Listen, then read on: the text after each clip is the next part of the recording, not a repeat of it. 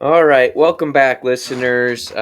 Spencer, now that we got you here, how about you just go ahead and give us your Gopher Ohio State score prediction, maybe a quick key to the game. What you feeling for this showdown Saturday? Boy, I tell you, this is going to be a tough one. I guess I'll start with my key to the game. Obviously, I think that defensively, you need to keep people in front of you. We cannot let the big play get behind you. And we all know that Ohio State is more than capable of doing that. They definitely have to clean some stuff up from last week against Purdue. I think that they'll play sound. I think that PJ's nature is to play not to lose. So I think that he'll hopefully, I guess, clean up those things that are big no nos. But the talent of Ohio State can just easily overcome that. But again, sound football, don't turn the ball over, stay off penalties. And I think that you have a shot of hopefully at least keeping up a little bit. That being said, I think that these Gophers will lose 49 to 10. Um, 10 points. Nice. I like I it. I think had that 42-7, so. okay. I think it's going to be Michigan-esque.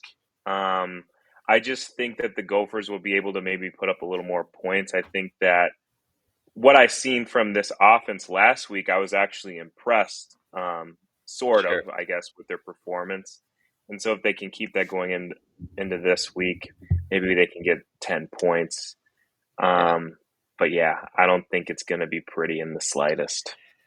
Yeah, I'm with you there. I said it on because we recorded two different episodes with Eric from the Ohio podcast. So, listeners, if you haven't yet, I recommend go checking out his podcast. It's good stuff. He's asking us questions more on our side on the Gophers and Big Ten West side of things. So that was fun. But I said that Ohio State can make it probably as ugly as they want to make it.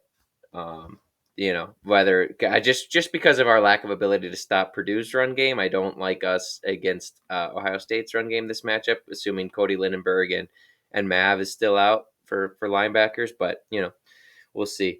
Um, Now we have to talk about stuff that's not as fun, and so um, let's just get into it. PJ's coaching is a hot topic around Twitter. Go for Twitter, really Big Ten West Twitter, especially right now. Just everyone wants to know: is he on the hot seat?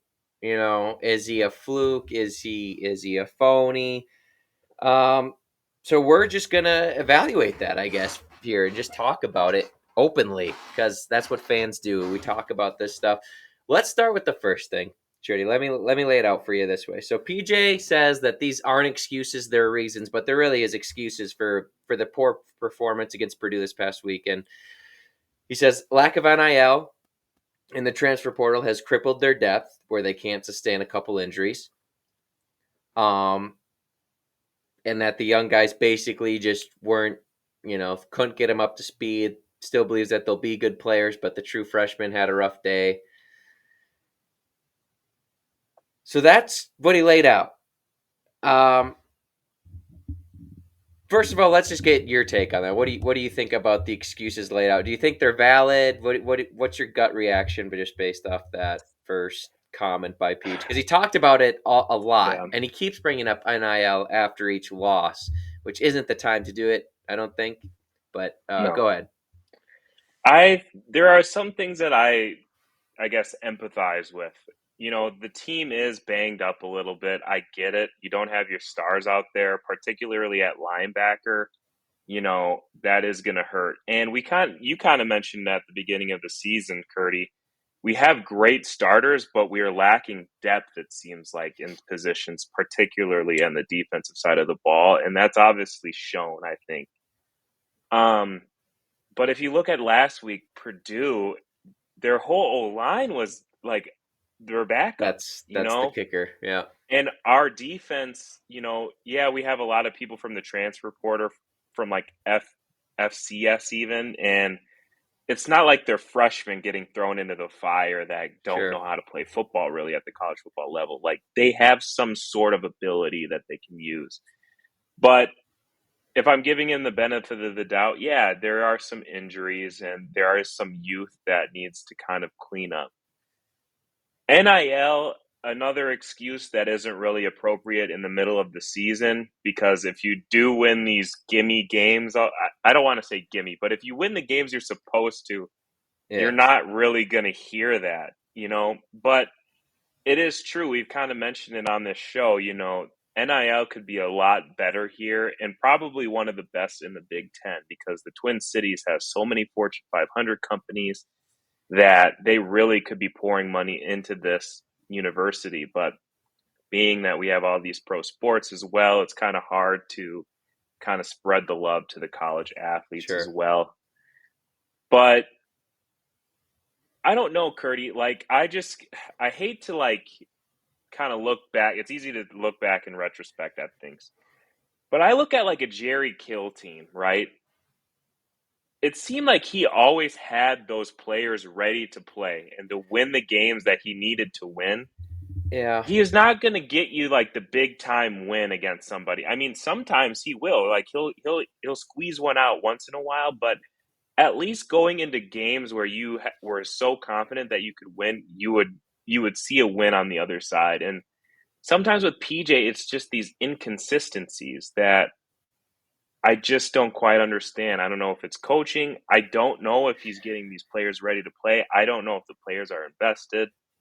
I yeah, just think that, you know, it's easy to make excuses when you win or when you lose, but when you yeah, win, you don't make those same excuses. So yeah. I don't really buy Let's it. yeah, let's stay on the player aspect here for a second. Okay, that game was rough from a like I truly believe PJ when the players weren't ready that stepped in there, and it is tough to have to throw in a true freshman linebacker in there. But like you kind of alluded to, why wasn't because this was only two injuries to the linebacking core that we had. Cody was out, and then Mav went down, right? So Yeah.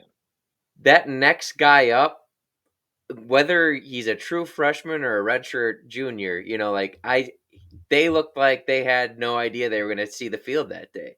So to your point, why wasn't there more reps involved with it? I mean, maybe there was based on how he played.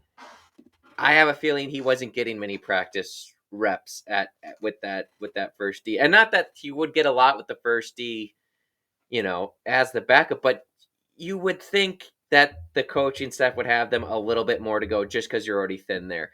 Now you're thin there, yes, because of the transfer portal. Braylon Oliver transferred out.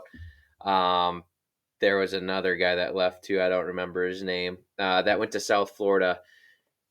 Who's outside backer. Anyway, so yes, you have had people leave through the portal, but you're in year 7 and you're playing against Purdue in year 1, who, like you said, had just like a thrown together offensive line, like all that they could muster, and you had no answer for them. And your D line was fully healthy. Your D line was all out there. Your other linebackers weren't the problem.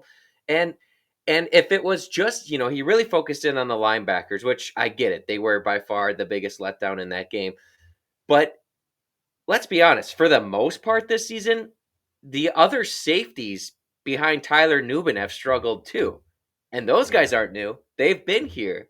And I would say you could point to a guy like Coleman, right? Bryce Coleman, the MVP from last year's bowl. He's somewhat seemingly like regressed. So Yeah. there is something to be said. And don't get me wrong, we've coached up guys. I have faith in Joe Rossi to get these guys ready eventually. But the staff has shown that it does take them time with pretty much everyone that's a first year starter, except Justin Wally. Justin Wally is the only guy I can think of that has just came on as a young guy and started and been solid right away. But outside of him, everyone else has taken time to develop to a Big Ten level. So if you're PJ and you're sitting there with the portal, I mean, you had all off season to know the roster. I mean, don't you see? And I know you brought in C League from Western Michigan, but clearly you thought that was going to be enough. So maybe it's a little bit of a, I don't want to say a miss because you can't really judge a true freshman off his first game getting thrown in this late in the year. But either, I mean, he's got to be thinking one of those things, right? If you're PJ, like either you a little bit missed on the talent you thought you had, or you just didn't go out and get a something else, anything else out there to throw out there, through the portal. Because I mean, injuries happen all the time in football. You're on your fifth string running back. I don't get how there's not a little bit more foresight to see something like this potentially being an issue. And you know, that's the really frustrating thing when you're looking at the Gophers right now and the state of the Big Ten West is almost every other team's got like a a more legitimate excuse, right? I mean, no one outside of Nebraska and maybe Wisconsin at this point is really pulling away in the NIL. But Nebraska and Wisconsin, yeah, they're struggling. First year coaches. Purdue struggling. First year coach. Brett Bielema, new defensive coordinator, new quarterback, only in his third year at the system. Northwestern hired their coach, couple Yeah. like got promoted a couple months before the season, I should say. And then, but everyone else's situation has a little bit more of a bright spot in it, or like a upward trajectory. You can be like, hey, it's his first year, or hey, we're doing this. PJ is in year 7, and I know the transfer portal makes it different, but I don't get how you're not ready to have something else in place there. Like, because it was really, I mean, you suffered one injury with what you knew you had going into that game. I know Cody was questionable, but most of the time the coaches know he's not going to give it a go, like when they're questionable listed beforehand. So I, I just don't get it. I don't get how there's not something else ready there. Yeah. Maybe, and if you were deep at safety, this is just hypothetical. Maybe you do bump Tyler Newman down towards in the box, like because they're just gashing you at that point in the second half. Yeah. Try anything if he's your best player, knows the defense, and you're deep at safety. But I know that's out there. That's not what you want to do. You shouldn't have to get to that point anyway. But yeah, I mean it. He definitely pulled it out as an excuse, even though he said it wasn't. And I'm not saying that somebody shouldn't be able to come in and hold them to 50 yards rushing on the day. There should have been. You would have liked to seen some like dips, like okay, he came up, he filled the hole in this play. All right, but next play they threw a toss or threw something different, so he got messed up. It was just the whole defense was lost Yeah. all day. I just so that's the first Yeah. thing. Yeah. Now for the fans that want him fired, I have bad news for you. It's not going to happen. He has a $10 million buyout through December 31st, and it drops down to $7 million after that. Which at that price point, I still don't see the U doing it. In my eyes, PJ has through next season to even, you know, he could go 6-6 again next year, 5-7 something, and I still think they would give him that other year after that. I think they're going to give him through next year there before the seat really gets hot.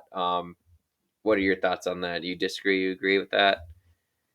I agree. I just think too, like you look at the Gophers schedule, I think that's an easy look to say, hey, wow, this schedule was difficult. You had, these Yeah, injuries. It was a kind of a brand new team in the first place. I think yeah, that those simple, I don't necessarily want to call them excuses, but those things can really be used as a way to say like, hey, look, this is why we were unsuccessful. Boom, boom, boom, boom, yeah, boom. Win a couple more of those games, it might be looked at as a success. And it's true, like you win a Northwestern and Illinois game, and say Purdue played their best game of the year yeah. last week. All right, cool. You drop one, but like still, when you have those other losses in there, it really hurts. That's that's the And that, problem. Is we're at this yeah, point in the year, and you've already dropped those previous two. And hmm I'm not saying Gopher football can't have a down year. I'm not that naive. They can. The yeah, problem is most of our problems, I have not seen any improvement. The pass right, defense definitely isn't on an upward trajectory as far as getting better. It's been a yeah, roller coaster for them all year, and it really just any team that can throw the ball has been able to throw the ball. Like, yeah. and And you have good players back there. yeah, and I was naive enough to think, wow, this defense is playing stout against Iowa, but we know this Iowa Yeah, team doesn't yeah, really generate anything right. offensively anyway. But still, all things considered, they did play a really good game, the Gopher D. And Yeah. to see that performance kind of just fizzle for the rest Yeah. of these games that we've just played, it's really a shame. And usually it's the defense that's bailing us out. And, Yeah. we haven't really seen these blunders since 2020, I think. So, I mean, Yeah. yeah, it's hard. To, But to I was just say to blanket it all with the NIL statement after the Purdue loss is yeah, just ridiculous because Purdue doesn't have more NIL money than us right now, at least no. not at this point. And first Mm-mm. year roster for them, and they've been banged up as much as we have for the most part. Yeah, Just go back to the pod with the Boiler Express dudes. They were talking yeah, about, yeah, if we can just have this guy, if we can just have this guy, we think we'll squeak out a win. yeah, Uh, they yeah. didn't need it. They just blew us I out of the water. In terms of like the hot seat thing, Curdy, I think too, like you look across the Big Ten West. I mean, there's new coaches everywhere, and it seems that there's like light at the end of the tunnel for each of the teams. It really does seem like there's something there in each of these teams. And like you said, when you look at the Gophers, it's like, I do think that, the Gophers will be competitive, but PJ's going to be, really compared Yeah. against his contemporaries, these new head Yeah. coaches to see, all right, these guys are getting 6, 7, 8, 9 wins in their third or fourth year. And yeah, PJ had that great season in 2019 that we always look back to. But if they can consistently do that, particularly when the Big Ten is going to change, I mean, it just doesn't look good for PJ.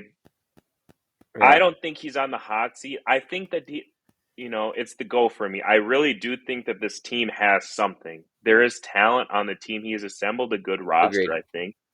I do think that he's made a big blunder in the depth part. I think he got burned. I just think that he really underestimated that. He said in this press conference, like, oh, this isn't the NFL where someone goes down, you can sign a free agent. College football, Yeah. your depth. And I'm like, well, no, duh, it's your it's your depth. Yeah. Like, we know this. But anyway, I do think that this team is capable.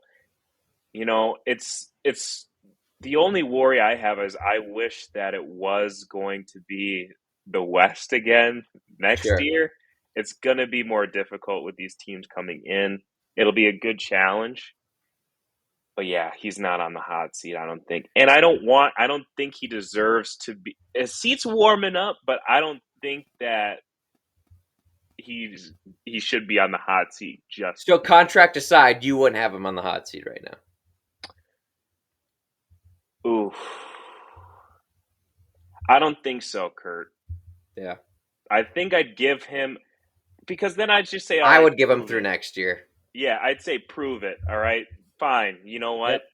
He's Injuries, new team. We did yeah, a hard schedule. We didn't know what to expect this year in the first place. Fine. But next year, there has to be improvement. exactly. Well, he's already setting it up for that. So I think with Right. how much he's leaning into the transfer portal, NIL, young team, young inexperienced team, he's really leaning into that. He's setting himself up where he has to pay it off Yeah. next year. Put up or shut up. That's Yeah, what it is. exactly. I do want to touch on this too. I kind of skipped over this. I think there is a noticeable shift now after this blowout loss to Purdue, as far as the fans go. Don't get me wrong, there's a strong corner that's still. I saw several accounts today with large Gopher followings, and they had a lot of favorites and retweets. Tweet out, if you want PJ fired, you're stupid and you don't get it.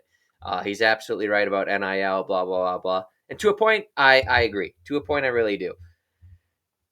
But I think there is a lot more fans that are now, at least Minnesota sports fans, maybe not as closely Gopher fans, but there's been a lot more output into Twitter. I feel like that has been like, wow, PJ, their words, not mine, but calling him a fraud. I don't think he's a fraud, but they want to move on.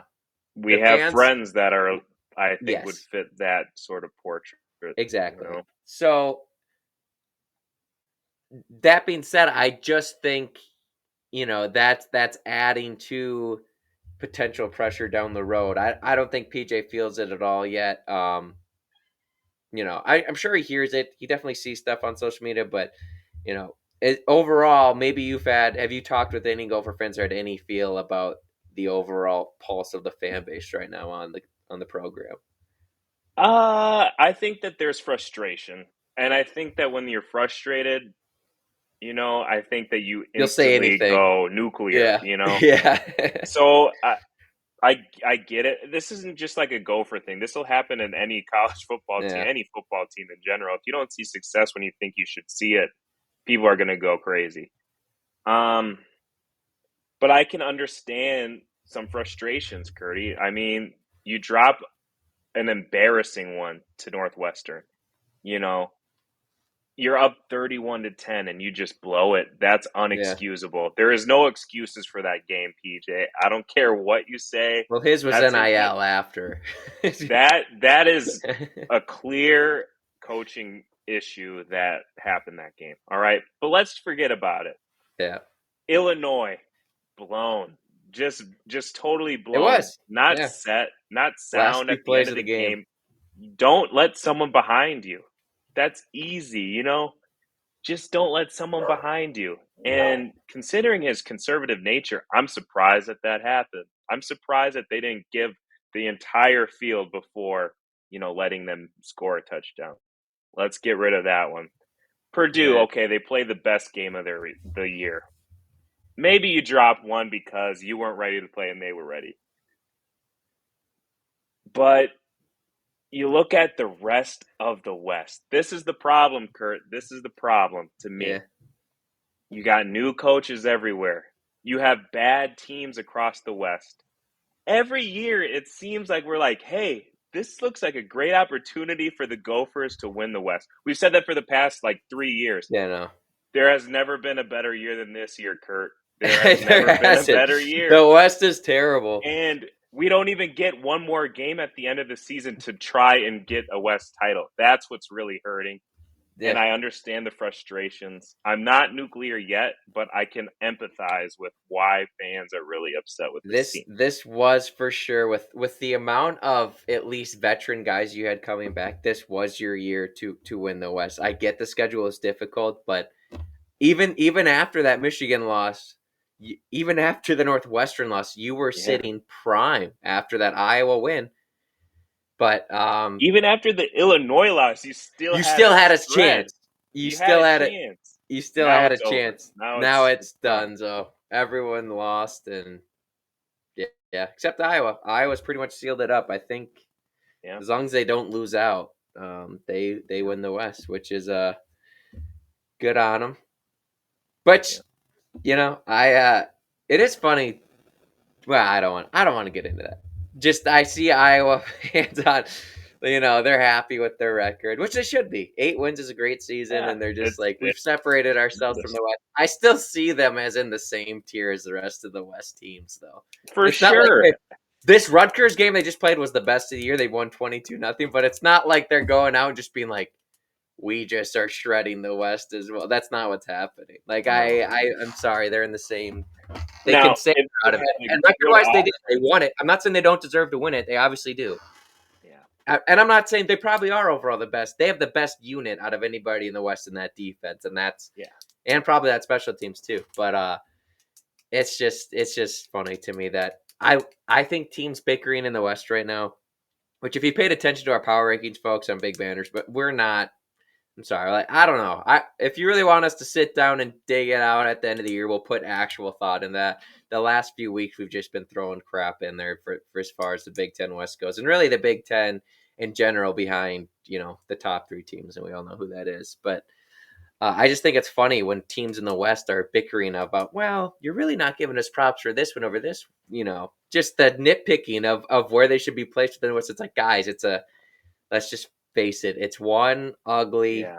pool of I don't know what this is, garbage, I guess, this year. Yeah. Uh, you know, that being said, I'm not going to complain about watching it. I'm not one of those people where I'm like too good No. for Big Ten West football. Yeah. Anyway, so that's our thoughts. My official position is no. I would not fire PJ if his contract was different. I think the seat would be really hot next year. It's not the case though, and so he's going to have through next year and probably at least start the following year too, before things even get serious about looking at moving on from him. And Hey, you know what though? If we come out, I don't remember the schedule off the top of my head. I know it's tough, but if you get 8 wins next year Oh and yeah, can beat Iowa and Wisconsin or something, or have a few big wins in there, it's gonna be this year is gonna be forgiven and just he's gonna be instantly off any yeah, kind of pressure put on him at all. So yeah. it's not Kind of necessarily similar to doomsday. 2018. I read an article. 2018 was really similar. You kind of lose a lot to some teams by a lot. Um, you do end up winning the axe, you know, somehow, Yeah, but and go to a bowl game. Then the next year, 2019, you'd really turn it on. Kind of similar youth and similar talent on yeah, the team, it's a good and point. so maybe this is a chance next year to do that. The only problem is it's a whole new landscape. So Yeah, yeah, Kurt, I agree with you. If you can win 8 games next year, I think that's a hell of an accomplishment. With yeah, the win against Wisconsin and or Iowa, especially. So right. yeah, Yeah, so those are our thoughts, guys. We were gonna throw the topic of Ethan in here as well. That's, I think this is a long enough pod, I think, to leave that for its separate topic and could probably be evaluated at the end here. But yeah. So anyway, let's get into the pick, Spence. Sky U Pod Parlay, baby. I am ice cold. It's pretty insane how much I have jinxed teams. Not only to not covering, most of the time they've ended up losing my picks to cover. So yeah. this week, I'm gonna play it safe. I really like this pick, and I know it's on the road and a rivalry. I like Georgia -10 at Tennessee. Um, that's going to be my lock of the week. I watched them annihilate Ole Miss. I mean, Ole Miss was having to execute really well just to move the ball down the field against them. I and Brock Bowers is back for this Georgia Bulldogs team, so I really like Georgia. Tennessee's been getting kicked around by every decent team they've played. Granted, that's been on the road, but I'm going to stick with the Bulldogs. It'll be tough, but I like them to cover that 10 points. I really like that, Kurt. I think that you're going to be onto something this time around. My game. I think game day is here this week. Appalachian State goes to JMU, James Madison University. James Madison has been one of those Cinderella teams this year, New Year's Six Bowl, trying to win their Super Bowl in a way. And I think that they're the team to do it. They are 8.5 point favorites against Appalachian State. 1 p.m. kickoff at home. I got JMU, man. I think that they I can like do it. that. They've been on fire. I'm going with You've them. you've seen that statement. They're not eligible for a bowl game this year because they Oh, made they're the jump up, oh which oh it's that ridiculous. yeah. It's ridiculous to me that they Well, have it to wait. almost brings that like Urban Oh, Meyer Ohio State vibe when you go yeah, undefeated. Are they the best team? right. They've petitioned, like, sent something off to the NCAA to get it reviewed. I don't know if it's been answered yet, but game day, good on them for going there to recognize the good season they're having. So yeah, I like that Right. pick. I think they'll be motivated. And you've been white hot, so you guys should listen to Spencer's picks. He's been on fire as first picks lately, and I don't mind Max's at all. Washington is an underdog on the road against Oregon State, one of the better games this week. Um, Really? yep. Huh. So he's got Washington plus the line's at 2 now, so we'll go with that +2. He's got Washington on the road against Oregon State. So that is your Sky U Pod parlay of the week. Bet it, win some money. Tag us on Twitter. Tell us about it. And yeah. All right, Shuddy, let's get into some other games happening this weekend. Second to last week of college football regular season. It goes by so fast. Let's just cherish it, man. Um, let's do this one because it's pretty interesting. You got Rutgers at Penn State. All right. Penn State just fired their old coordinator. They lost the two most important games of the season. Penn State is 20.5 point favorites. Who do they play? I'm sorry. Sorry, Rutgers? Rutgers. I don't know if I said that. They got Yeah. Rutgers. I am taking Rutgers plus 20.5 at Penn State. I don't feel great about it because Penn State has looked really good against everybody except Michigan and Ohio State. Yeah. But Penn, well, Rutgers did just get that beat down last week, kind of. The Mm, only thing is that I'm worried about is the you firing know of their what? OC. Yeah, I'm gonna flip back actually now thinking about. I'm gonna go Penn State Yeah. minus 20 I'm and a going to half go at home. Penn State too. I think that Okay. they'll just be ready to roll, Yeah. just brand Yeah. new offense. I got them. Well, yeah. Yeah. I got you. All right.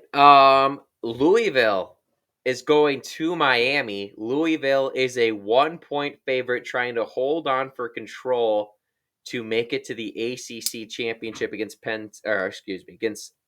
Florida State. They might already have that locked up, actually, now that I say that. That might be guaranteed. Anyway, Louisville's a 1 point favorite at Miami.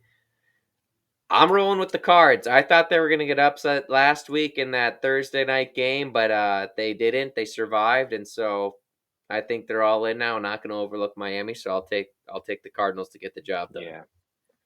I do too, Curdy. I just think this Miami team, again, after that Georgia Tech blunder, I just think that they've been lost. Last week they were against their big time rivals, Florida State. They played a good game, but now they don't really have much to look forward to. So I got Louisville. Yeah, yeah, that's right. They were your pick last week. All right, that's the thing. This week the SEC basically has their off week where they all play like the small Yeah. schools, before rivalry week. Hmm. It's dumb, but anyway, this one's interesting. 11 a.m. Big Ten Network. Purdue at Northwestern. Northwestern sitting at 5-5 here, folks. Purdue is a 3 point favorite on the road. Um, I'm gonna ride with the Wildcats here at home, getting 3 points. I have been wrong picking Northwestern games, I think, every single time this year. I'm not 100% sure, but I was wrong. I know for sure the last 2 weeks. So I'm sorry, Wildcats, the Wild Chats, if you're tuning in. This might be the kiss of death, but I'm going to pick you guys to cover that 3 points at home against Purdue. Um, Northwestern looked really good last week against Wisconsin, so I think they can get it done. I think I'm going to go with the Boilermakers. If their offense can still keep that tempo up like they did against these Gophers, honestly, Yeah, Northwestern's D might play a little better than the Gophers. But if they I can think just they keep will. that up, Yeah, I think that the Boilermakers can do it. So I'm going with yep. Purdue. Shout out to David Braun, Winona State alumni. Same here. So one of us. We're gonna claim him now, as half 2/3 of this podcast went there. Anyway, moving on. You got Utah at Arizona. Both teams 7-3. Arizona's a 1 point favorite at home. Man, Utah's just kind of been through the ringer right now. Yeah. I'm And Arizona's gonna been decent. They have. I'm gonna lean Arizona at home. Utah might just push them around, but I just feel like Utah's kind of at a tough point in the season right now where they've just been playing massive game after massive game. So I think Arizona can do it at home. I'm gonna take Arizona. I'm going to go with the Utes. Yeah, like you said, they've been through the ringer, but maybe they just gonna want to kind of end up on top there. Yeah, I got the Yeah. Utes. All right. Let's move on to Illinois versus Iowa. It's at Iowa in Yeah. Kinnick. Man, two teams that are turning it on right now. Iowa is a 3 point favorite over Illinois in Kinnick.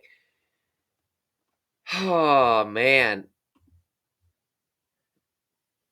it's weird because Illinois put up so many points last week against Illinois. So my gut's telling me Iowa, but I'm gonna go Illinois. I just think that their offense has also improved with their backup quarterback. I know Luke Altmaier is supposed to be healthy and available. I'd be shocked if they switched at this point, just with how good that backup has looked now in 4+ quarters of football. And honestly, I have a hard time picking Iowa to cover ever since we beat them. So I'm gonna go with the Illini +3. Yeah.